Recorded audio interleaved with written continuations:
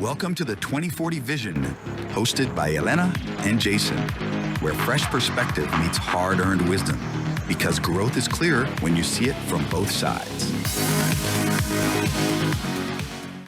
Cha-ching! Money, finances, the big white elephant, I think, in everybody's room. And I'm not talking about me. I'm talking about budgeting. I'm talking about saving. I'm talking about investing.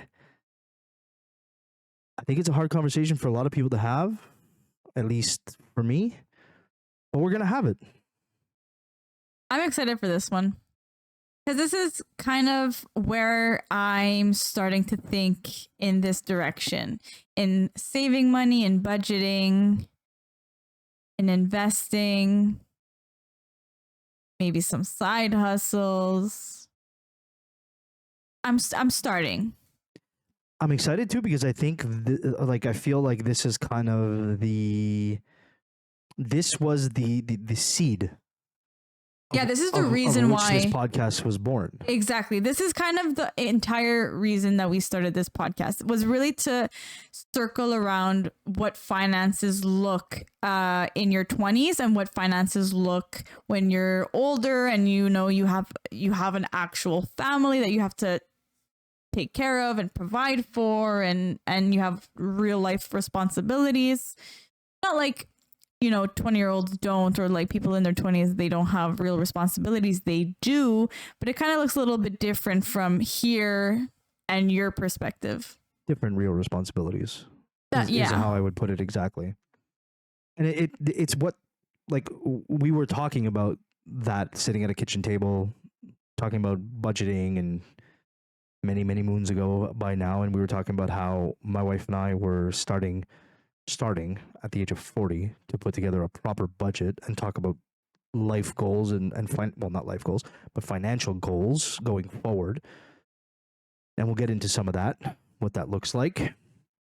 But yeah, so that's kind of like the seed that planted. And then from there we were like, well, it doesn't only have to be finance. It could be growth. It could be growth in general. And then so the seed was planted, but I think this one is kind of like a big one because, as I think I was saying to you, I wish I could impart some of the knowledge I've gained over the last year, or some of the realizations I've gained over the last year, back to 20-year-old me. Not to say that people didn't try to impart that knowledge to me, but more to say that I didn't listen. So if I can get one younger person to just realize, especially nowadays, like with the way the economy is going and how expensive things have become, if you can just impart some of that knowledge that I wish I had, that would be like goal accomplished for me. And so that's it. That was kind of like the be all and end all of the podcast, and then it kind of grew from there to growth, which I think is really, everything pivots around everything. As we see, we're kind of weaving back in and out of all the baskets. We talk about career and furthering your career and all that. Well, what does that mean? Well, that technically should mean more money as well in your pocket, and then how do you behave with that money, and what do you do, and what are you supposed to do every time you get a paycheck? I think it's just a universal thought of everyone thinks when the word growth is in question, everyone thinks the first thing is finances, for sure. Like, I'm living the life I am because I am able to now, because I work hard, because I earn a higher income, because blah, blah, blah, blah, blah. So it kind of, life does circle around finances. I mean, if it 100% does. Yeah. The old adage of money can't buy you happiness. I believe money can't buy you happiness, but I believe that intrinsically money is tied into happiness. It won't buy it for you. You have to do all the right things with it to have that happy state, and to have in your case, to have a happy 20s and hopefully a happy future. You want to do the right things with said money that you're earning and that you're working towards. And in my case, it's I start thinking and family oriented, and I start thinking children oriented, for them to have a happy future, and and all of that. So it definitely can't buy you happiness, but managed improperly, it can certainly create a lot of hardships. Yeah, because happiness technically, well, not technically, for me, happiness is finding peace. And you can't be at peace if you always feel like you're running out of money, or you can't be in peace if you feel that your family is not taken care of, that your kids are not getting the proper education or the proper childhood that they're supposed to be getting at the age that they're at. Or you're in insurmountable debt. Yes. And you've made terrible life choices. I have been in insurmountable debt many times. And the stress of the next paycheck already have been spent, or the stress of the money that's coming in is barely even going to pay your minimum payments anymore. And you have no choice but to put the money on the minimum payment and then reload the credit card because you got to live. Those stresses in life, you will go to bed and have nightmares, and you'll wake up and there'll be disconnect between your partner and you. There'll be your kids and their friends will be asking for, things that they want to do, and you won't have an idea. So like that perpetual unhappiness just doesn't go away if you don't make the right choices. So again, money definitely can't buy you happiness, but the mismanagement of your money will definitely cause you hardship. Unhappiness, hardship. And it's I've been there several times. In my early 20s, I racked up bills. I thought I was Hugh Hefner out there, and I was going to clubs and spending all kinds of money and putting those on credit cards because I didn't have the money. I was working a retail job. Like I was no big timer, but I acted like we were big timers, and we were clubbing several times a week. And then I cleaned that up, and then I kind of fell back into it. And then this will go back into the conversation of habits. Did we change my habits? I never really did. I never really changed my habits. I didn't fix. I treated the symptom, which was debt, but I did not treat the root cause, which was getting into debt and the things that that caused me to get there. And I'm a disciple now of Dave Ramsey, and we'll talk about his book later, but that's kind of like I just quote unquoted what kind of like how he says is you treat the symptom of it when the habits rather than treating the actual root cause, and that's the problem. So I never kind of learned, and I kind of did it again, and it kind of reoccurred every 5 years, and even the wife and I were like, you know what, we want to have fun, we want our kids to have everything, and blah blah blah blah blah, and then the next thing you know, you turn around and you've racked up like $10, $20, $30, $40,000 worth of debt, and you're like, oh, we don't own a house right now. It's one of our life goals is to be homeowners, and we look at it and we go, how could we ever even do that? We never had a proper plan. We never had any of that. Our habits don't speak to people that want to be homeowners. The market, the state of the market in the last 5 years, like 2x, 3x in the price of a lot of things. Like homes went up 30-40%. Interest rate on mortgages and all that went up. So it's like it's definitely been a whirlwind experience for me. But now we've straightened it, and this will bring us to our kind of like our talking point to start off with. We talk about budgeting. How I'm going to look at budgeting, how you're going to look at budgeting. It's obviously going to be very, very, very, very different. But yeah, it's like now we've had this habit. We've been on track for like 6 months now, 7 months now, and a world of difference. I don't wake up in the morning worrying about, oh my God, did I forget to pay this bill? Or, oh my God, did I forget to pay the minimum on my credit card and I'm going to incur interest? Or how much can we possibly afford to live with? We budget, we plan, we talk. Our relationship's gotten better because of it. There's a lot of good things that come about with that. And so budgeting. Let's talk about budgeting. How do you view budgeting? Do you budget? Is that a thing you do? So I started budgeting actually this year. I didn't realize at 26 that I should have started saving money for a house at like 4 years old at this point. But I decided this year, 2025, that I was going to stop buying into fast fashion. I've decided that I am not going to be buying brand new clothes that that will be out of phase in a few months. So kind of recycling all of my clothes, use what I have, be happy with what I have for the entire year. I've been doing super well. So from January till April, I hadn't bought an item. Now summer's coming and I actually don't really have that many summer clothes, which is a little crazy. I find summer clothes, the materials are a lot cheaper than like winter clothes and fall clothes and all that stuff. So, you wash it 2-3 times and you realize like, oh, this shrank on me, or did I gain weight, or, whatever. So I bought some summer clothes. I'm actually going on vacation next week. What? South, right? We talked about this? Yeah. Right. And so I've kind of thought, okay, I'm going to buy certain new items that I want, but they have to be of good quality that I'm going to wear again. And whatever is not, I guess, unnecessary, I will not be buying. So I'm actually super proud of myself though, because I did do like one shot of like buying online. I spent like $200, which isn't that bad for quite a few items. And then I went in store and I bought another, let's say $300 worth of clothes.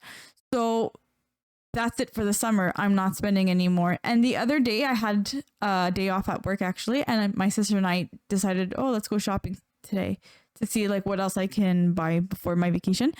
I had come home from the gym and I looked at her. I was like, we're not going shopping.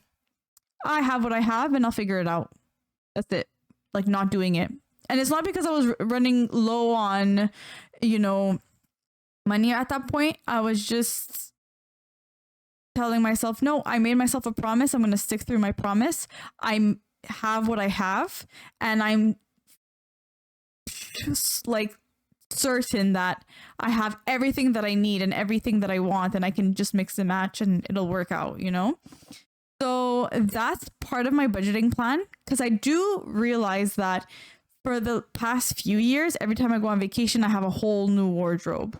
Or every time I go out, I want a new outfit and I would buy a new outfit. And then slowly I was looking at my account and I was telling myself, I'm like, where is my money going? Like I put away in my savings and then I'm like, why am I fishing back into my savings? Why don't I have enough set aside? And it was because of these stupid little transactions that I was making. I'm like, did I really need that shirt? Did I really need those jeans? Did I really need, which is crazy because it's just clothes, but I have an issue when it comes to clothing. I have an issue and I have over 20 pairs of shoes and over 10 bathing suits. Like it's insane. Or even over 20 purses. Like it's crazy. I don't even know where I fit all of this stuff. I kind of don't.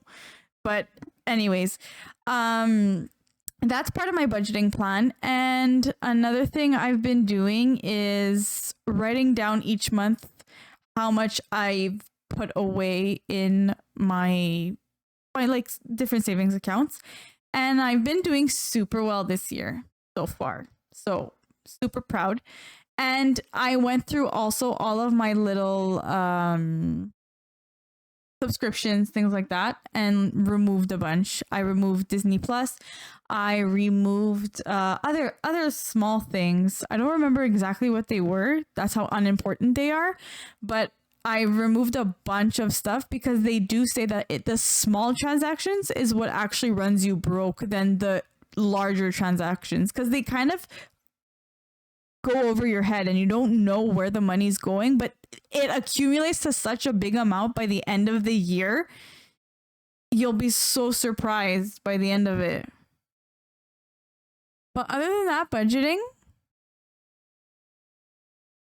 yeah, that's what I've been doing this year. And so far, so good. I'm really happy. That's good.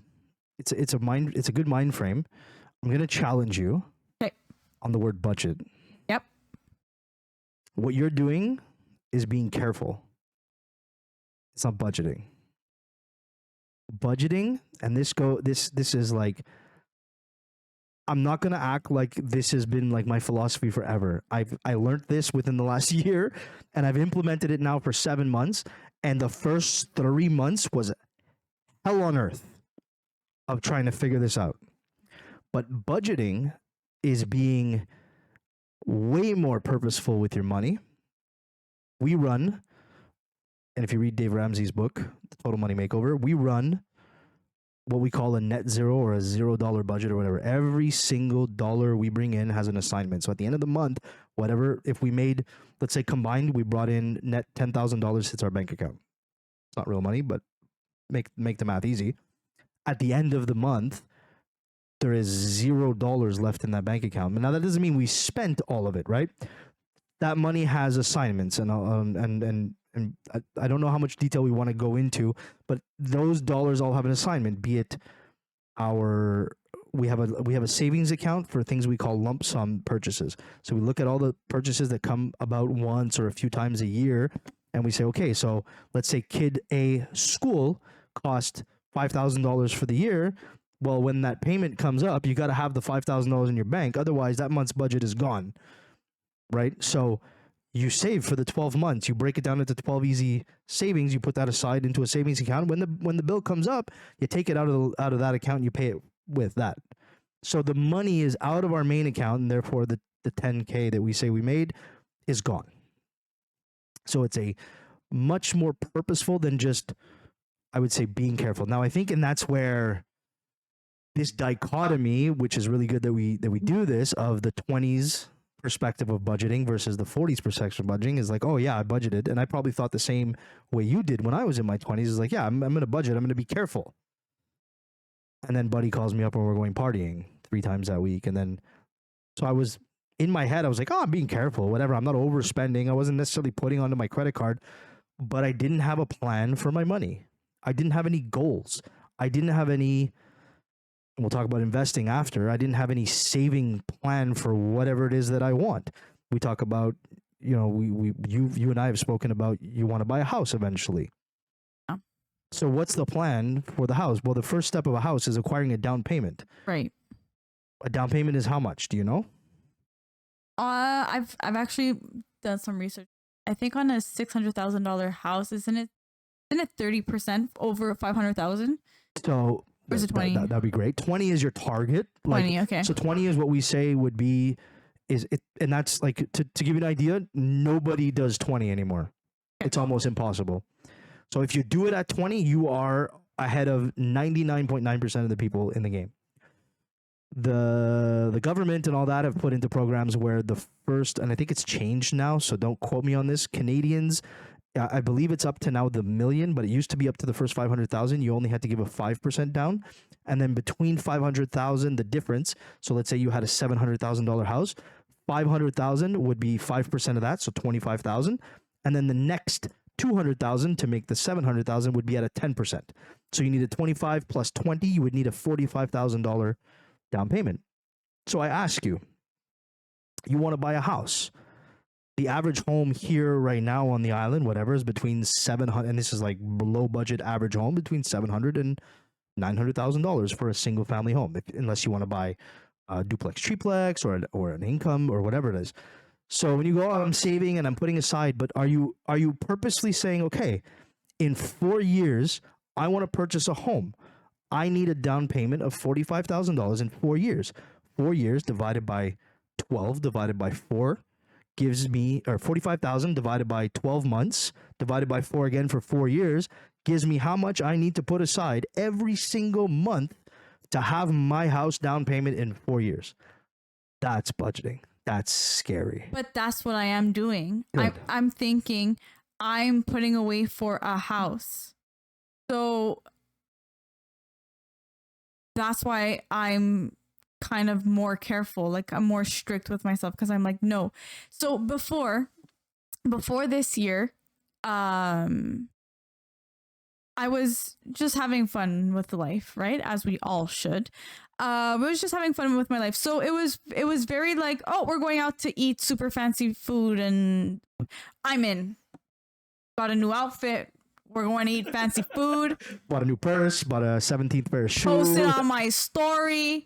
we're good. Insta, baby. Life is amazing. Or, oh, we're going out. I was going out, I think, every weekend too, and it was costly. And like I said, I was putting in my savings and I was taking out. And I wish I did the math to see how much in the end did I actually leave in there and racked up to it. But there was a moment where I was putting, and then I hit a plateau for like a solid year and a half. And I'm like, where is the money going? No, I was putting, I was taking. And I'm like, where did it all go? You should do the exercise. Go back and see the transactions. I should probably do it. That would be a wake-up call. Yeah. And this year I was able to out of that whole, like, I launched myself out of that plateau. And I said, I'm buying a house, whether it's probably 2 years, 2 to 3 years. I want to buy a house. This is what I need to do. And above and beyond that, I also want to buy, hopefully, a building with my significant other to eventually like rent out and an income property. I would tell you that you buy the income property and live in one of the things first. That would probably be what I would do before the house. So kind of like, the triplexes or the duplexes or whatever, kind of like your aunt or your both your aunts, they live across the street from each other. Something like that, where you have the situation where you and the significant other kind of live on one floor, live on maybe a 2-floor thing, and you have 2 apartments upstairs. Mm-hmm. Yeah. And you're offsetting your mortgage payment with the apartments upstairs, and then you start saving back again for the next down payment. And then there's schools of thoughts in there, good debt versus bad debt, and we'll talk about that in a sec. But there's, you save and save and save for the next down payment, then you purchase your home, then you move out of that one and you rent the space you were already in. Now your whole building is either generating income or, at the very, very, very worst case, it's self-paying itself. Right. So that's the thing with an investment like this, is that it's really long term. Like, I can't expect anything out of it for like a good 5 years. Well, it's more, I would say likely it's more than that. That would be one of, if I was 20 again, and I wish, but if I was 25 again, that would be one of my retirement plans. Okay. That would be like, we talk about putting it to RSP and we'll talk about investment, but that to me would be like a retirement plan, unless you want to flip said building to buy something even bigger, right? Then you talk about it. But if you look at the cost of homes, and I was just talking with my parents about this, how right now they're kind of in like a dichotomy too, where some of their retirement is actually tied up in the home, but they purchased the home that they live in for $125,000 and it's worth $800, I think, now today. Well, there's close to $600,000. Well, technically the house is paid, so if they sold it, they would have in their retirement a honeypot of $800,000 minus the fees and all of that once it's all said and done. But some of their retirement is tied up in that, and then some of it is in other stuff. So if you bought that at 25, and they didn't buy it at 25 years old. If you bought a building at 25, the likelihood of that building, now it's obviously a riskier investment, but real estate over the years is always appreciated. It very, very rarely, after, if you look at a 20-year period, does it depreciate. You buy the building at 25, and then come 60 years old, at the very least, that building has paid itself over and over and over and over. At one point, it's going to be paid off. It's still going to be generating income. What you do is you either take that money that it's generating, put that into an RSP to get the tax break so that you don't have to be taxed too much, or you flip it every 5-6 years. You flip the profit from that once it's paid into a new development, depending on how much you guys want to do, right? So there's so much you could do. And again, I am no expert at this. Go talk to a professional. I've sat down with, I don't do this off my own head, even my own research, but I still talk to a professional guy when it comes to any kind of investing and stuff like that. But think of that in 40 years after that. A, what the value of the property is worth. B, technically, you sell everything else out. You move back into the little apartment. You have your paid place. So now in your retirement, you have nothing to spend as far as living goes. your now cost to retire has gone way down because you don't have a living place to have to, because that's what they look at, right? How much money do you need to retire? Well, it's going to cost you X amount for your house. It's going to cost you this much for your food. Okay, so if you want to live the life you have, then you need $6 million in retirement or whatever it is. You've now lowered that threshold because you're never going to have a house to pay for. I've also told myself that if I don't get to live the life that I envision for myself in my head, that at least I'm setting my children up to get closer to that dream. Whoa, children. Yeah, big eventually. One. Good for you. Eventually. But like, because my thing is that, how do I put this without stepping on some toes? Step, girl, step. People have to accept things they've done. I don't feel like I ever got to see a proper example of budgeting, financial advice, investments, of things of that sort, right? So I want to be able to teach my kids and bring them to a point that they're already starting closer than I have started. And then if they don't get that dream, then they're going to teach their kids to get even closer. And then eventually it's going to get there. But I'm trying to break this cycle that I've known all my life and start somewhere else. They call that breaking the generational wealth. They talk about it a lot in any kind of investment or book, or Dave Ramsey talked about it, but it's like you've broken the generational wealth curse that your family has, and it stops today, where your family, and I don't mean, I'm not saying her family, I'm saying in general, where for those listening, like your parents were in debt and didn't really do good saving properly. Their parents were in debt, and didn't really, so all you really know is like a life of like work, debt, pay the man, and rinse and repeat for generations upon generations. Well, you're trying to break that generational curse, if you will. Exactly. And I'm not blaming anybody. I mean, I also believe that we're all on this earth for the very first time, and we're all just trying to figure it out, and everyone does as best as they can. I'm just looking at it from a different perspective. I've decided to look at everything and be like, no, not for me. So when I said that budgeting brings about great conversations and strengthens relationships, this is what I mean. We mentioned the word budgeting, and we've already gone into like generational trauma and like, so, and this, my wife and I had these conversations, and there was some yelling, and there was some crying, and there was some growing, and there was some, why are we doing this? And there's some like, and it, if you can master it at Helena's age, I'm jealous, because trying to understand it and master it when you have two people, a family, two children, all of the responsibilities, all of the expenses, all of the tax implications, all of that, and you're trying to manage it and do this for the first time.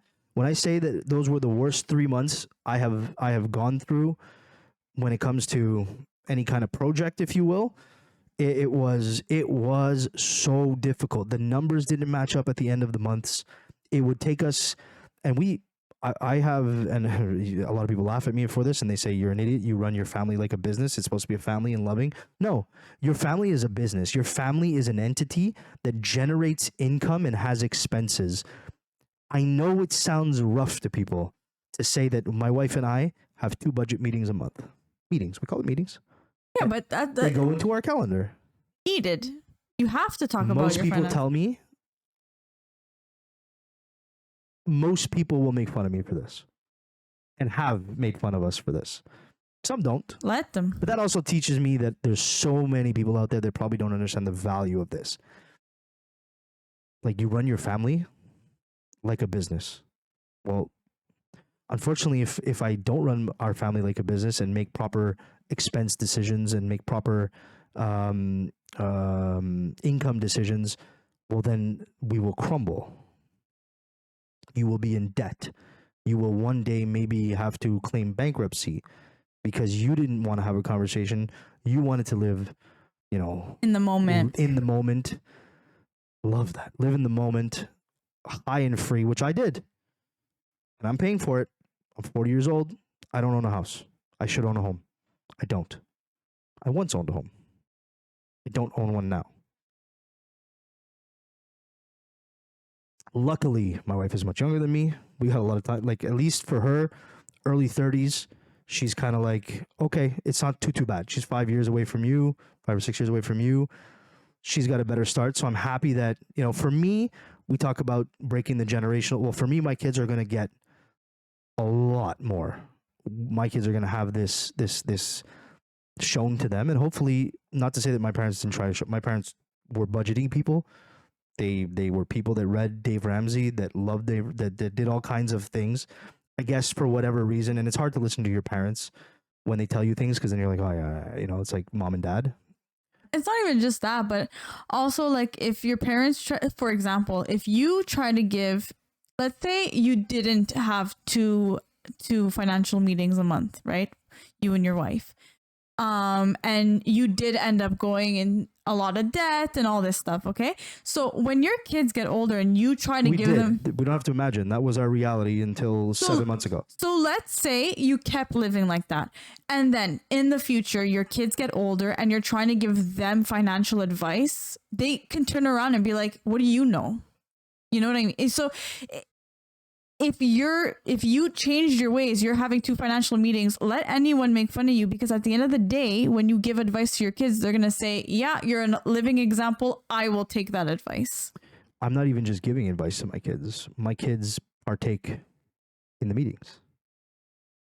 I'm not telling them what to do. I'm letting them be around. My kids, 2.5 and 4, see how much money we bring in as a family. I don't, at least I can't recall. I have no idea how much money my parents made growing up, right? Salary wise, what was hitting I didn't understand any of that. I didn't know. Me so either. It's good to say, oh, you budget. Oh, here's your income. I never had the experience. It was just someone telling you how to do it, but not really kind of helping your hand and showing you along the way with their example. They were trying to help you along the way with your own example. And it's just like, why are you telling me this, right?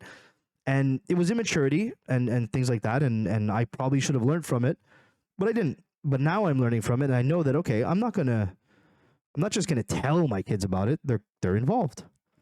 Well, it's actually true, because even me, I didn't know how much my parents were making or what that meant, what that number meant in the time of their economy at the time, all that stuff. Only I found out when I was older and I started asking questions when I started making income, and I was like, hold on a second. How come XYZ? How come we never had a house? Why are we still living with my grandmother? All this stuff. And, my mom would tell me, well, we did have the money, but it was spent in other places. Cue the budget. So back to the budget. Exactly. So one of the things I've learned, like I said, we'll go back to, it's a zero sum budget. So we plan our month, and how in my 20s and in your 20s, and you always do the little extra shop and the little extra purchase here, and you're talking about all the little small purchases. Whatever, $10 for food at the mall. Well, it's probably 25 today, but at $20 for, I'm gonna eat at the mall instead. I'm here, I might as well. I want to treat myself. Oh, my friend added an event this Saturday that wasn't on the plans, and I'm not going to say no. I want to be involved. I want to be with the people. I'm going to go spend $200-$300. Let's pop a bottle. Let's do all those things. How do you prevent that? It's to have a budget where all your money is earmarked. So you sit down, and we do this at the end of every month, right at the beginning of the next month. We sit down and we reset every month. It's like a new conversation. We use last month as an example, but we will actually earmark all of our money for something. Rent. And I can give you guys the example if that's what people want. I created a Google sheet, and I also use Quicken as a tool to pull in automatically all our transactions and classify everything into our things. But we have, let's say, to make things simple, we have like our home budget, we have our internet and TV and any kind of bills for our bills for energy, for what's the word I'm looking for, hydro. So our hydro bill, and all that. So all of our utilities in one, and then we have something called the TP fund. So those are like little household things you're going to need along the way. You'll need a new cleaner. You'll need, some paper towels, whatever. Even that's all thought about. And then we'll have how much, like right now we're paying down debt, how much debt we want to pay off. We also have our minimum payments. We're doing something called the debt snowball. I'm not going to get into details of that. Read Dave Ramsey's book. The debt snowball, I can attest, works wonderfully. We have money that we're putting away for our lump sum stuff. So I said, like, our driver's license every year, our car registration every year, our insurance every year. That's a good one because that sneaks up on you. Like, I forget about it every year. Then the end of the year comes and I'm like, dang. And it's always on your damn birthday. So all that extra birthday money you got in cash goes to that. Yeah, every year it's almost like September rolls around, how I owe $300 here, another $200 something over there, then another, and how did I just spend $800? And there goes your month. And then try and plan and I have that nothing month. to show for it. And what's good about you is that you don't have all the dependents in the house and all of that. Yeah. Now imagine that comes about, but you still got to we have $1,000 a month we put on food. Yes. 4 people, $1,000 a month. People go, you guys are crazy. Cook at home for 2 weeks and tell me how much money you spend. We used to eat out 3-4 times a week. I know how much money you can save by cooking at home. That's a good idea. You know what? I'm going to do that. I'm going to actually open a separate account tomorrow because that's my day off for my driver's license, my license plate, and whatever. Everything that is we call a lump sum expense. Yeah, every pay $50. Not $50. Well, when is it due? September? Yeah. So how many months between now and September? Okay, you're right. Take that money and divide. And then in September, when you pay for it, redo it, take it by 12 and just put away that per month. Okay, I'll do it. Yeah, I'm in. I'm doing it. That's budgeting. Now you're on. And this is what I mean by like, oh yeah, I'm putting away to save a house. I don't want to push you too much on it, but it's like, well, so then how much do you have to save every month to have $45,000 in 4 years? I see. That's the challenge. That's the push. Yeah. Right? We'll make it $40,000 in 4 years. That means you need $10,000 every single year for 4 years. $10,000 divided by 12 months. You're just a little bit shy of $1,000. That's $1,000 you have to put aside per month. Yeah. For the next 4 years. Have you been putting $1,000 away every month? More. Good. Fantastic. Yeah. Is it earmarked only for house? Do you know what it's earmarked for? Okay, so this is where the challenge comes in. It's like, yeah. Does it actually have a purpose? Because if it doesn't, here's what's going to happen. It's there. I need that new bathing suit and I don't have any money left this month. I want to go on that vacation, but I don't have any money left this month. Yeah, exactly. But I haven't been like double dipping this year, which is good. But yeah, like you said, I haven't labeled it. It's a broad amount. Like it's a broad like lump. Like there, it's going in that pot. But what's that pot for? It's a house. I don't know what else it's for, but I have to sit down and really like think about what is this for, and then label everything. What happens when vacations come along? How do you pay for those? Good question. So this is great for those out there because I think a lot of people, especially in their 20s, and I wasn't even as disciplined as you were. I was even worse. But it's when you have those labels for all that stuff, you will not want to spend the extra. You will die on the hill of, no, I budgeted $1,000 for food this month. And we have the rule, and it goes, if you read the Dave Ramsey book or any really book about budgeting, you have the rule that if you're about to go over on our food budget, we have to sit down, emergency budget meeting, and reattribute money. Okay, we're spending $200 more on food this month than we budgeted for. Where are we taking that $200 from? And why? And we discuss. And it cannot be, obviously, from the debt minimum payments, so the minimum payments that your credit cards have or your personal loans, because obviously minimum payment is minimum payment. And we cannot take it from, we attribute an extra $400 on top of our minimum payments for debt. We cannot use that money. We have to pay every month at the minimum, our minimum payments and that $400 extra dollars that we've budgeted towards debt. So where does it come from? Well, you plan to go to your best friend's birthday party. Guess what? You overspent your food budget. You can't afford your best friend. And the biggest thing that's come out of this is I've learned to say no to people and not care what they think. Or what, because even at my age, this whole thing with FOMO, right? Fear of missing out. So yes, I want to say no for the budget that I had in plan, or, oh, this goes over my amount, I'm going to have to dip back into my something, right?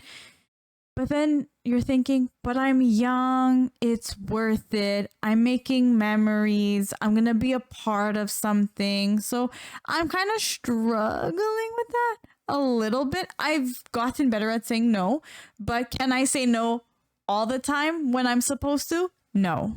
Okay, I'll put it to you this way. Every time you don't say no for something that's planned, you've given yourself half a month more to wait before you buy your house.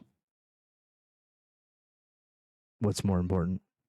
That one night of memories, or you buying your home in the time frame you wanted it done? And that's, you just have to ask yourself that question. Yeah, I guess. That's how you look at it. That's how you start looking at it. And I know it's extreme. And I know it feels like, oh my God, like it's really not that serious, my guy. No, it's that serious. Yeah. Because I'm going to tell you, I'm going to give you the numbers for us when we sat down to do this. We have $0 ready for down payment. We were in over $40,000 of debt 7 months ago when we started this. Since we've started attributing every single penny and doing debt, and by the way, in there we've had things that don't get planned as far as income. There's some months where you get bonuses. We have payments from the government for a child, like you get money when you have kids from the government, $600 every month for or something like that from the Canadian government, and then like the Quebec government gives you $600, $700, $800, something like that every quarter, let's say. So those come in. All of that for now to us is debt payment. Okay. So in the last 7 months, we have paid off student loans, every single one of our credit cards, car debt to my parents, which I borrowed from my parents to purchase a vehicle. Almost my entire personal loan, and the only thing we have left is a line of credit for $19,000 in 6 months of purposefully attributing the money. And then even then, right? Because the next step is, before you buy a house, you're supposed to have an emergency fund. Okay. An emergency fund is 3 to 6 months of expenses. Hypothetically, for us, we'll go back to the $10,000 numbers. It costs us $10,000 a month to run our family. So that means that that's not the real number, but that means that in my emergency fund, I need at the very least 30 grand.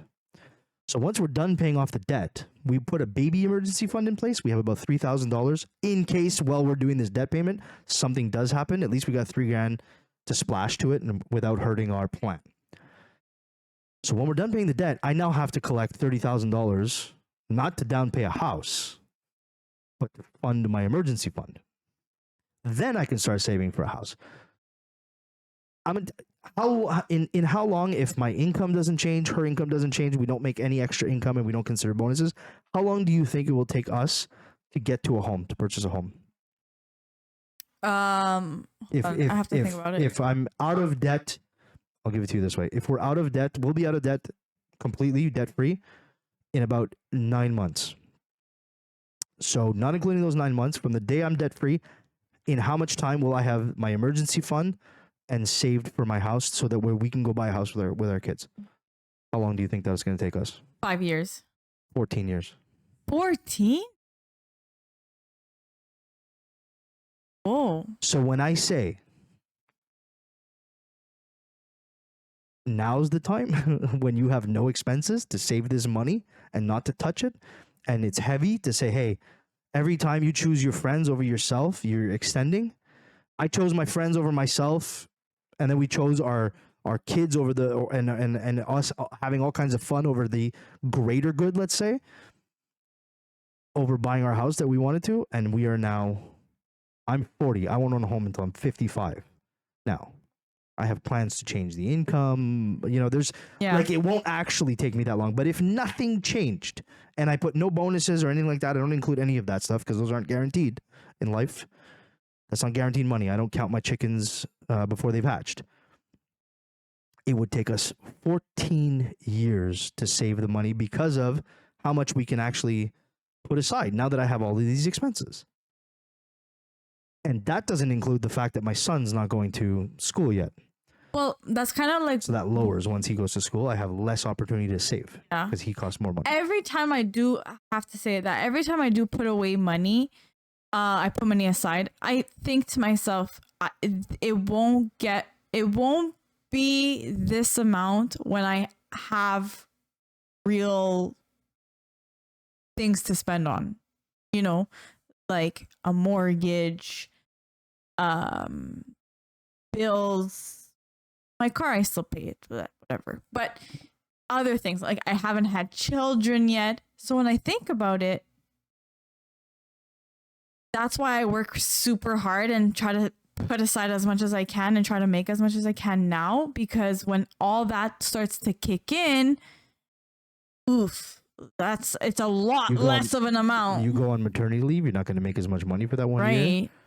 Yeah, because that's everything. That cuts your salary for 2 years if you have 2 kids, 3 years if you have 3 kids. Right. You have bonuses. My bonus would be like overtime or premiums or whatever that extra payment that we get, right? That requires you putting in more time. Exactly. Or which you can't do with a family. Exactly. If I'm on maternity leave, I'm getting base salary. I'm not getting any premiums. I'm not getting any extras. Little like extra pizza topping. It's like none of it. Just do you guys get full pay for your whole mat leave because you work in health, or is it the same as everybody else? I'm not sure. Because it's technically it's like I think for like 20 weeks it's 75% pay, and then for like the 8-month you drop to like 50% of your salary or something. I'm not entirely sure. You lose 50% of your income for like 8 months when you have a child, and then you got to hope that you have a job to come back to. This is where I can say I'm safe because I hold a position. You have a tenure position, yeah. Yeah. So when I come back, my position is still there. I'm lucky in that sense, which is good. Yeah. Because like my wife, when she came back from the first pregnancy, there was no job left. It's gone. So you come back to nothing.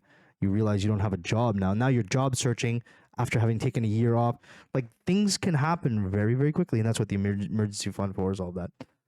But so, I mean, and I knew this episode was going to go really, really likely too long. We're at 50 minutes of our episode and we're on topic discussion 1, which is still budgeting. But at the end of the day, so I think what we could do is we can kind of likely if there's people out there that want to learn more about budgeting, and how to be purposeful with your money, I think we'll go into maybe even have like a budget expert come on and talk about that kind of thing, because I think it's so involved. It's super important. And I think a lot of the youngsters, and I did the same thing, have the same way I just want to stack as much money as I can. Yeah, but why? Label it. Give it a reason. Start saving money for those lump sum purchases or expenses, the things that come about once a year. And if you have something in September like Helena does, and we have 5 months left of September and it costs $500, well, from now to September, put $100 a month. And then in September, divide it by 12 and put that money away. If it's $40, put that away and put it into an account where you do not touch it.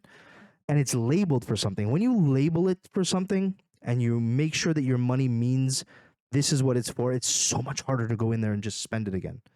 Right, yeah. Because you're like, for now, you're like, oh, it's just my nest egg I'm building for God knows what. I'll pick out of it. So you take $500. Well, if you need to do 1,000 for 4 years, 500 just extended your thing by 2 weeks. Do that 10 times, you just extended your house purchasing by 2 years. It happens so fast.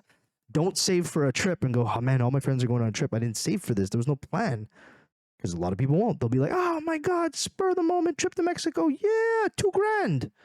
$2,000 is 2 months of you buying a house.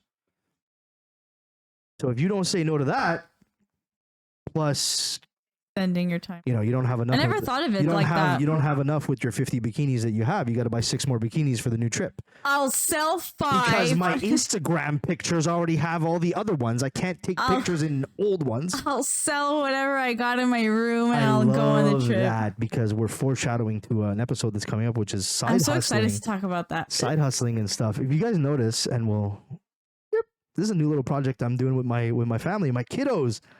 I'm going to teach them the value of a business and how to create a business from nothing. And we'll talk about that in 2 episodes. Yeah, I learned that on my own. You had no choice. Next topic, saving. So let's roll off of budgeting for a bit. Let's calm it down. It gets intense. The money conversations get intense, and they're going to be hard. And if you're people that are in my scenario where it's a married couple or 2 people dating, and you might have children, and you never sat down and had the money conversation, please do it. It's going to be hard. You guys are going to get mad. It's okay. You'll get through it. You'll come out a stronger unit at the end with a more purposeful plan and goal for your next 5, your next 10 years. Some of it might be scary. We wanted to buy a house. We were looking at house pricing already, and then we realized, oh my God, if nothing changes, it's 14 years down the road. Damn. And the other one is, I will never go into debt again. Ever. I don't believe in debt. Now, there's good debt and bad debt, and we'll talk about that in a little bit. But I'm basically on a new debt, no borrowing, no nothing for the rest of our lives. Like, I will not buy a new car. I will, if I want a brand new car, I better save the 30 G's that it costs, 40 G's that it costs, 50 G's that it costs, and pay it in cash. I'm not doing it. We aren't going back there. My kids won't know what debt is and using debt. Now, I might leverage a little bit of debt, and that's where me and some of the philosophers that I follow defer. Some people are absolutely no debt, and then there's the other side of the coin where people are like, yo, man, like I think it's Rich Dad, Poor Dad. The guy who writes Rich Dad, Poor Dad. He's like, I'm a billionaire in billions of dollars of debt or something like that, how he says it. But that man just leverages debt on top of debt on top of debt, and he owns I don't know, hundreds of thousands of properties and like just crazy, but he leverages each one. So he borrows off the last one to buy the next one, and borrows off the last one to buy the next one, and borrows. The problem is if the bank turned around and says, we're claiming your notes on all of it, he has no money to buy it. So there's a whole bunch of risk involved in that.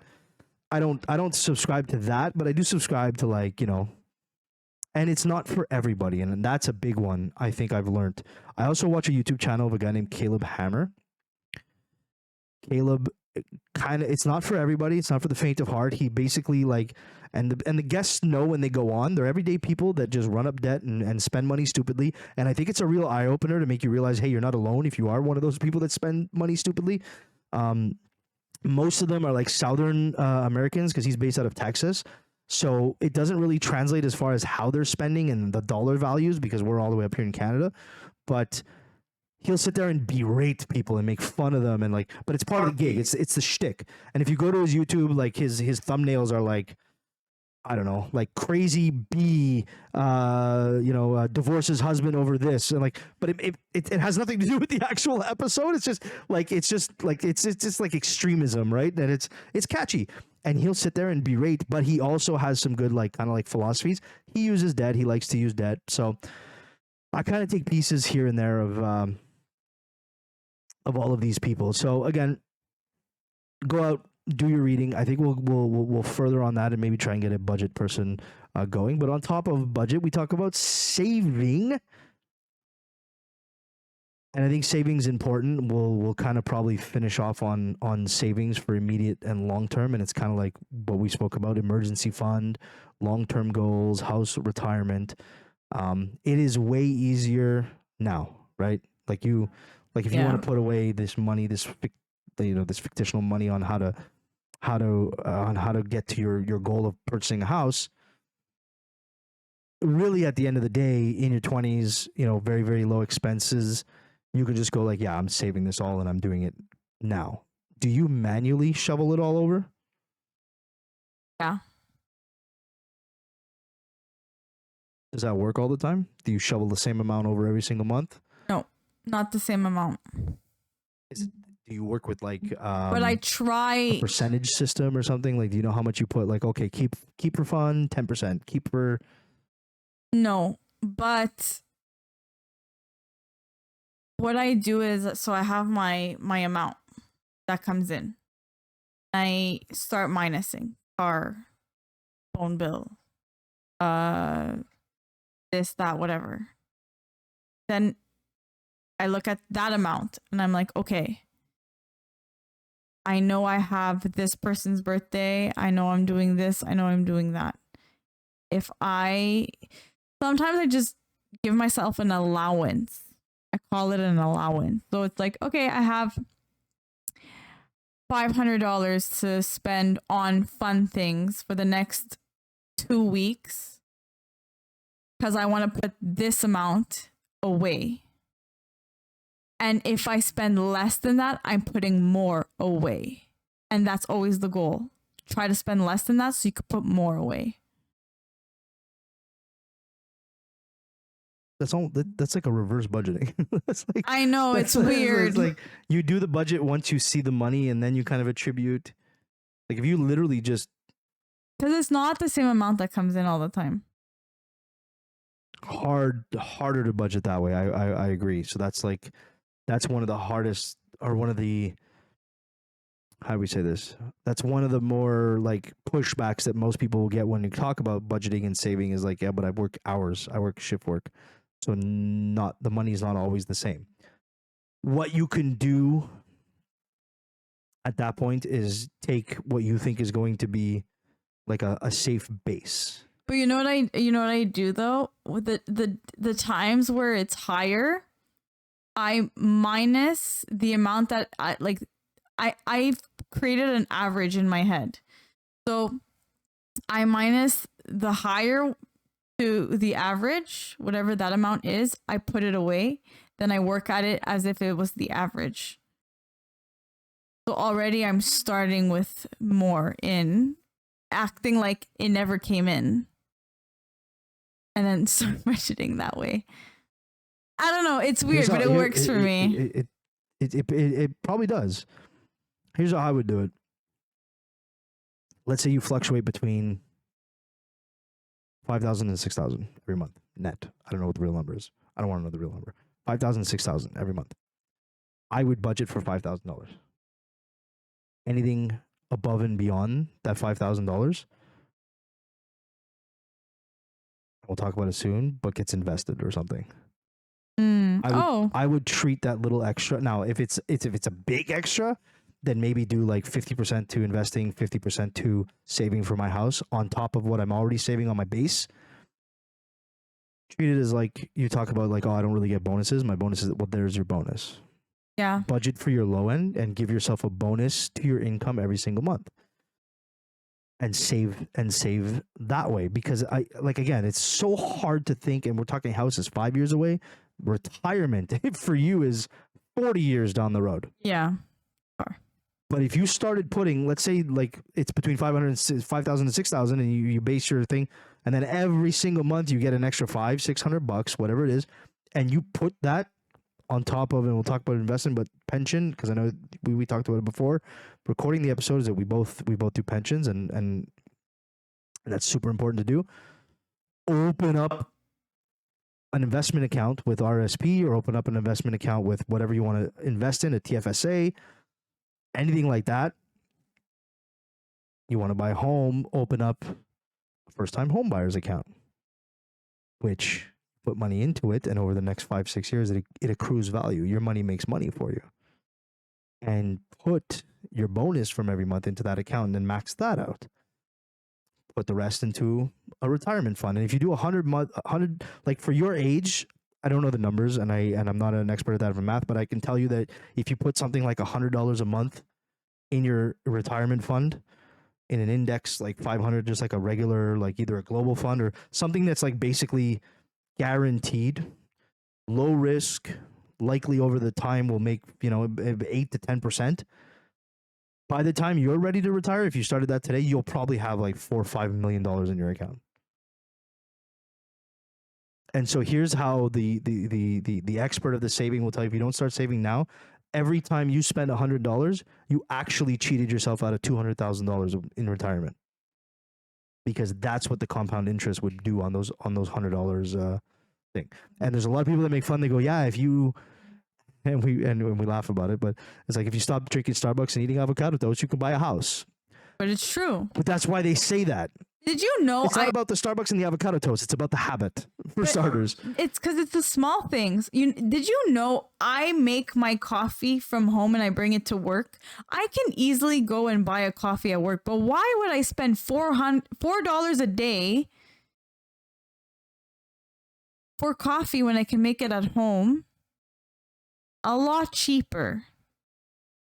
It's not because I'm cheap or whatever, but there's a $4 purpose. a day is $1,500 a year. It's the Invest purpose. $1,500 per year. You have millions in 30 years. Yeah, It's insane. And I'm stupid. And I wish I had done that when I was 20, 25. I wish $50, $20, anything. What the heck did I blow money on for $20 in a month? I don't even remember enough to remember it. In my 20s, some of that shit's lying around here. We're using it, some of it, which is great. I'm putting it back to use. But like, I ran a Twitch channel that made no money, and I bought a $300 microphone. For what? For what? yeah, but you're trying. I don't think it's the $300 microphone. Risk. Yeah. It's not $300 microphone, but it's the habit it represents. What was the first thing I said we would do when we started this podcast, or I said we wouldn't do when we started this podcast? Is buy new equipment. Is spend money, period. Right. Lesson learned from when I was an unsuccessful Twitch streamer, and for no reason I went out and bought $300 mics rather than saving that money and investing it. It's insane, guys. It's insane. It's insane. And I really hope that like there's a 25-year-old out there listening to the message, because it's like, you know, you look at life that you have now, and it's like, man, I wish I owned my home. I wish I had a bunch of money in retirement. I wish I had all of that stuff, and I will. I'm gonna grind, and I'm gonna get there like a different way.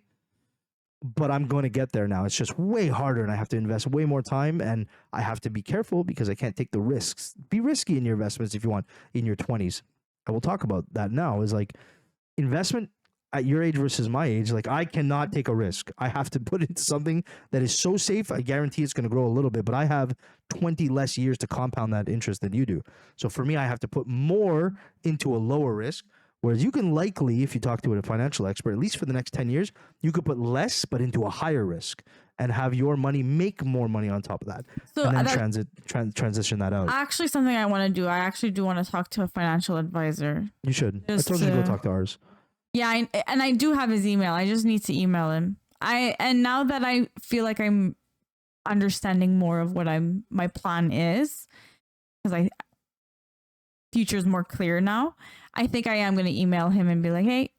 I would like to have him on the podcast to talk about one of these sections that we're talking about now, likely the investment part, because that's what he does. But that would be great. I'll let you talk to him first and get your feel for him. That way we can both agree on the guest. But I think when we started this thing and we started talking about like having guests on for the future, he was like one of the first people I think about going, I really enjoyed the way he's handled things with us. He answers my questions really, really well on my personal level. I think he would be great to kind of like pick his brain and ask questions, and if viewers want to send in questions to ask him, that would probably be a really cool thing to do. He's definitely somebody I think we should have on, and then he can likely point us towards like budgeting experts, or because he doesn't do that, he does investing, but somebody who's like real pro in budgeting. And you know what? Honestly, maybe by the time we're ready to take guests at the level we're at, we'll probably be the pros in budgeting. We won't be investment people, but budgeting we'll probably be there, and we can start like. Maybe we can be like the next Caleb Hammer, where we have people on and we berate them for their lack of budgeting. Oh, I can't be mean. No, I can be mean, but I wouldn't. I don't think I would ever want to go that way. I feel like if I heard some stories, like some crazy stories, I feel like I would start crying. Because I've been hearing I don't know which podcast I was listening to. It might be the same one as yours. I'm not good with names, but I have to search it up. But, yeah, like, oh, my husband doesn't know that I'm X amount of dollars in debt. And I'm like, oh my God, this is just... It's amazing how many of those exist out there, because Dave Ramsey and his team do daily podcasts where they take calls. It's all the same thing. Yeah. They're a little bit more friendly, a little bit more Christian. Okay. They're Southern Americans, right? So yeah, okay, so we are talking about the same one. The teaching of the Bible and all that is like, I think the teaching of the Caleb is probably a little bit less Christian, but Dave Ramsey and them, they're very into the church and into donating and doing all of that stuff. Okay. Again, pick and choose your battles on who you want to listen to. I take some from here, I take a little bit from there. And I move with that. Like, some things resonate with me, some things don't, and the opposite for some, and that's fine. But yeah, it's amazing how many people call in and like secret debt, and like crazy amount betrayal, and they basically they label that as betrayal. It's called fiscal cheating. It's actually apparently because they have a doctor that's on their team, like a psychologist. I don't know if he's like some sort of a psychologist or therapist. I don't know if he's officially, like, I know in the US it's a little more loosey goosey on the term therapist, but he's a gentleman who's educated in that kind of thing, and he's saying that the fiscal cheating is the exact same brain trigger as sexual cheating. The exact same brain trigger. So because it puts you in an emotional state that you can't take back, because now you know the truth. The distrust. It's the trust. It's the breaking of the trust. Yeah. It's the same thing. So, but people will die on the hill that cheating on your partner sexually is like a big no-no, but at the same time rack up 3-4 credit cards nobody knows about, and not make the distinction between the same. It's wild. I would turn around and say, hey, your girlfriend can help us pay off this debt over here. It's funny. We make that joke sometimes. It's like, man, I think polygamy would be the way to go, because then we'd get an extra income in here. I've been saying this. I literally told my colleagues, I said, if my partner cheats on me, I'm literally housing her. She's gonna come in and she's gonna pay some bills. or him. Or him. You never know. Sometimes the partner goes because it's different interests now. So it's wild to me. And you know what? I listen to a lot of those, and I think you listen for the same reason. It's sobering to realize you're not alone in the mistakes you've made. I'm not alone at being 40, a father of 2 who didn't put aside for a house and is not a homeowner. You're not alone in a lot of these things. And unfortunately, now that dictates a lot of what I can do, a lot of the risk I can take, a lot of the career changes I want to make. I can't do them because I can't take the chance. I have to be more solidified. I have to be more tame. I can't take a risk and say, hey, I want to start a business and open it up and just go. I could do this, though, properly, thoughtfully, with what we call fun money in our budget. So every once in a while, we re-up our fun money. And that fun money, when it disappears, it disappears. There's no more extra fun. That's the debt, not the debt, but that's the money you can spend without asking. Fun money is cash that we have in our pocket that we each split. So let's say the last up, we took $1,000. We split it 2 ways. It was during bonus time or something like that. Extra money came in. And we said, okay, here's $1,000. 500 for you, 500 for me. When that's gone, it's gone until the next time we have an opportunity to look at it and go, okay, we're going to re-up our fund money. So it's not about like killing your fund forever. You still do it, but I can't take higher risks. I can't jump. I would love to be the entrepreneur guy who just tries 100 more businesses until he gets one right. I just can't do it anymore. I have to make sure that I'm working my 40 hours a week, my salary job that gets me the money that allows us to get to where we want to go. And then maybe one day when it's all said and done, I can try things. But maybe this works out, and we'll talk about this in 2 episodes. But maybe that kind of thing works out. Who knows? Oh man, I feel like we talked about a lot on the same subject. like it kind of all like it all merges it together. Like all tunnels in this financial subject and stuff like that. And we'll go more into details as sub-subjects eventually. I think we have to. And we talked about this before the episode, and we've been talking about this leading up to this episode of financial. Because, I mean, we spent a good chunk of this talking about just budgeting and how complex budgeting can be and what it means to budget properly. We talked about a little bit about saving, right? Having that emergency fund before going out and purchasing the next big purchase, which is, buying your home. Having a purpose. A purpose for your money. Trying to think at your age, so difficult. Label it. What money do you need at my age? Right. Can you think of that? You probably, you can't fathom that. I don't know where I'm going to be. But how do you prep for the I don't know where I'm going to be? And that's basically having some sort of goal. Yeah. Now, likely you don't want to prep for 40-year-old you with 2 kids because that's not necessarily what you're saving towards. But you certainly want to prep for 65-year-old you, kids out of the house, retired.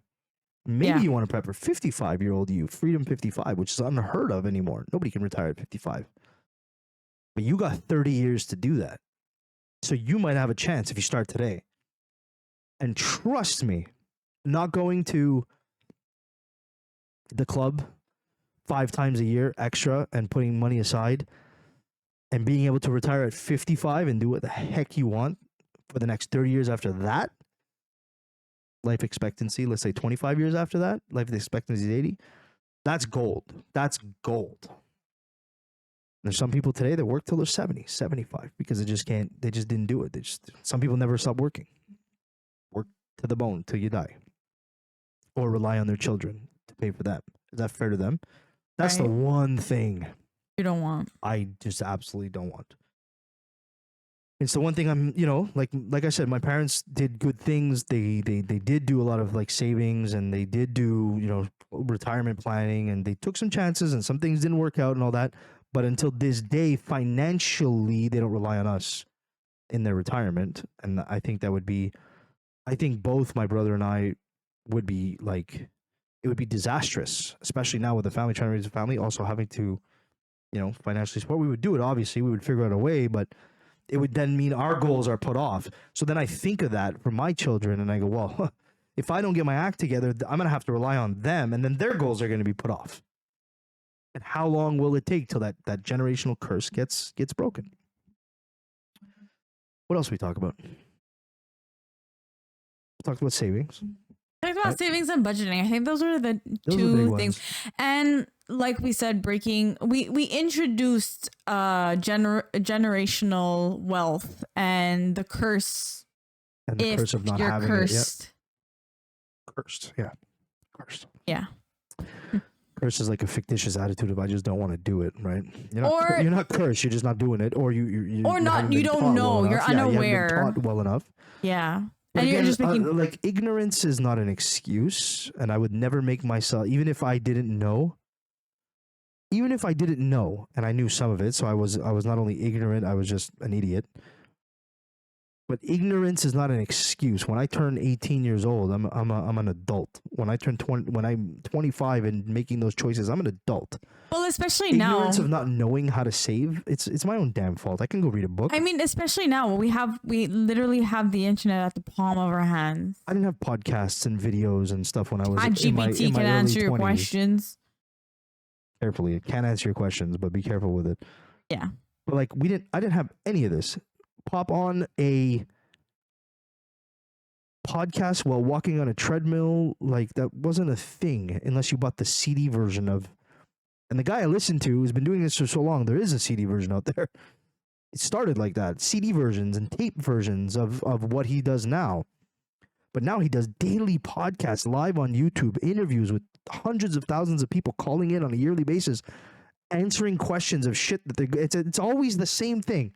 Over and over and over, and you'll see Dave Ramsey. It's about the baby steps and how to go through all the baby steps. And baby step 1, put $1,000 away for a quick emergency fund. Baby step 2, get out of debt with gazelle-like intensity. He says, so put everything you have. You will start. And he does it a little bit more. If you're in debt and you really want to follow like the Atkins diet of all things, he's like, literally sell everything in your house, penny goes to your debt.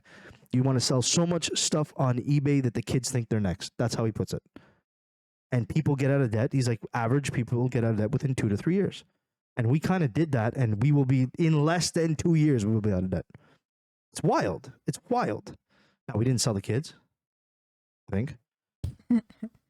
We also didn't sell anything in our household yet, but we are going to prepare a yard sale, and the kids are very excited for it. I'm excited for it. I might even be bringing some. I know, everybody wants to bring some stuff. Everyone wants to bring some stuff, but it's like, hey, if there's stuff in your house that you don't need and there's that extra income, why are you sitting on stuff that is worth dollars while money is in debt, accruing interest in your accounts? And that's where, and we didn't get into this at all, good debt versus bad debt, and we're not going to. We'll save that for another episode, as well as we'll get a little bit more in depth for investing. I think we'll do episode 2. I think we'll have to do episode 2 of this one. Otherwise, we'll be here for 3-4 hours. But in episode 2 or in episode 8.2, if you will, we'll kind of dive into debt, how to look at debt, good versus bad debt, and then investing, high risk, low risk, what you should be looking at, and all of that kind of stuff. So we kind of usually do our little thing at the end of every episode, which is suggest something to read or whatever, and then give a challenge. I'll let you take the challenge because you did it. You mentioned it, I think, at the top of the thing. So, because I will be partaking in this challenge. I have been partaking in every challenge, but this challenge I'm actually excited for. So the challenge is create a simple budget or review your subscriptions. So go back into your monthly subscriptions. You'll be even surprised as to how many you don't even know that you have. Even that little $8 a month, take it away. You know how, if $4 a month, scratch that, I didn't say anything. $8 a month comes out. It's getting late at night and a lot of talking has been done. So yeah, you'd be surprised. I think when I went back into my subscriptions, there were some of them that I didn't even know what they were, or I didn't even realize that I was subscribed to some of the stuff. And I was like, oh, okay, this is so not worth it or not needed. Even Disney Plus that I was using, I'm like, forget it. I don't have time to watch TV anyway. It's gone, you know? Just little things like this. Also, create a simple budget. So I'll take myself as an example. I'm going to open a new little account that writes plates and all that stuff. So license plates, like my license, all that stuff. Just that's what I'm going to be doing, and just putting money away, but with a plan, like Jason said. So I have to go back in and be like, okay, in September, because that's when my birthday is. They're going to charge me X amount of dollars. So how much do I have to be putting away every month from now till then that I'll have that amount so that I can give it away without stressing? When that bill comes up and you have the money sitting there ready for it, you are going to feel so accomplished. It's disgusting. Trust. It's going to be one of the most amazing feelings. We're doing the same thing. We started doing the same thing with the kids' schooling, and the schooling costs whatever it costs, a few $1,000s. I can't wait for that bill to come up because I know I've been putting it away and it's not going to stress me, and I don't stress about it. I just don't. You're like, take my money. Because it's there. And the create a simple budget, I will challenge those in their 20s to create a simple budget. Just look at the money you're spending and attribute it to something. Make it have a purpose. Even if it's, you know, that you're going to want to go on a trip at the end of the year or in the winter time, that could be your simple budget plan. Yeah. Label something as vacation. In 6 months, how much is the trip going to cost? Start putting away the money now. So that when that trip comes up, you don't decide, oh my God, I didn't put the money away. I got to put it on a credit card just to go over the trip. Or when you come back from the vacation, you're like, oh, okay, I have to take it easy on the spending and I can't go out as much. If you already paid for the trip, how much do you need to spend while you're on this trip? How much money do you want to have extra fun with? Is it an all-inclusive? I can promise you there's a guy with a parrot on the beach that wants to sell you a $40 picture with a parrot. Do you want to spend said $40? Plan for it, save for it, have it ready. You will feel so much more accomplished. I will challenge those that are in my category who have never done a budget. Don't do a simple budget. Sit down and do a comprehensive budget, and do a comprehensive budget now, yesterday. It will change your life. Figure out how much you guys spend. Talk about your incomes together. Talk about your expenses together. There's couples we know that are in we know the like when we're listening to the podcast and all that they don't even have their accounts joined, to have no idea what one spends and the other one spends. It's like you and your significant other now, who aren't married, don't have kids, are in the like what we call the dating phase. But now, fast forward 10 years, you have kids, but that part didn't change. You're married, you have children.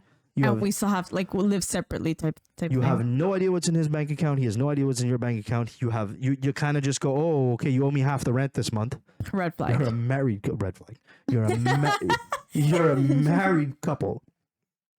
We don't even look at one point we were saying it was like, oh, are we supposed to do how do we save this? Like, okay, well, you make X more, one makes X more than the other, so that person should pay X more of the mortgage. What? Squash it. How much money comes into your family unit, your family business, every month as a whole? Period. End of story. Who cares who brought in what? You work together. You're a team. You'll bring it in as a whole. If you're at my stage, do that. Look at that. How much do you spend? Look at your next month. How much do you want to spend? How much you need to save? Am I in debt? How much do I have to pay? And if it's really bad, go read Dave Ramsey's book and do exactly what he tells you to do. And then come talk to me about it, because I did it and it works.